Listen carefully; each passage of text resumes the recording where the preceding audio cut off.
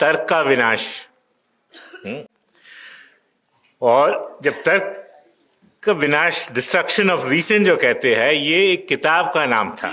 ये किताब हंगरी के जो है एक फिलोसोफर थे, गेorg लुकाच, उन्होंने 1952 में जो है ये किताब लिखी।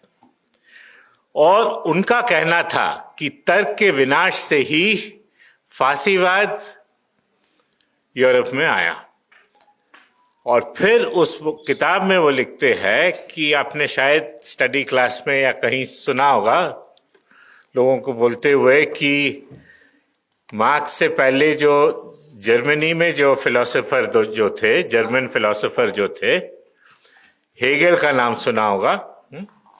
तो हेगेल ने जिस तरह से फिलॉसफी को एक आगे रखा कि एक थीसिस है, एंटीथेसिस है, इससे जो है बदलाव होता है समझ में भी, और जब समझ में, और उसको मार्क्स ने फिर और आगे वो लेके जाते हैं और कहते हैं कि ये जो अंतर्विरोध है जो थीसिस और एंटीथेसिस के बीच, इसका जो है मूल कारण अर्थव्यवस्था नहीं, जो हमारे जो सामाजिक संबंध जो है, उत्पादन के संबंध जो है, वो है इसका जो है इसकी नींव।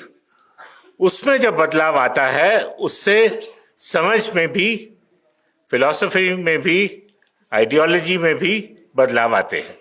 ठीक है, तो ये जो बात हो रही है, और इससे मार्क्स भी काफी प्रभावित है, और मार्क्स ने हेगेल की ये बात को एक मटेरियलिस्टिक पर्सपेक्टिव में रखा कि भौतिकवाद को आधार बना के हेगेल की समझ को वो आगे लेके जाते हैं।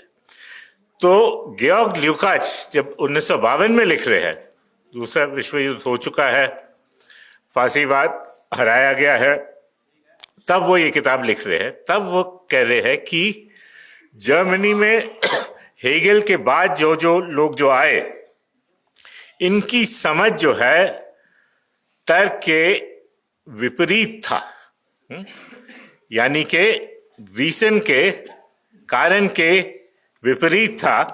और इसके चलते जो है इरैशनलिज्म, यानी कि कारण का अभाव, तर्क का अभाव जो है आगे बढ़ता है, और तर्क के अभाव में फासीवाद जैसे जो है विचारधाराओं को जो है पनपने का जो है मौका मिला।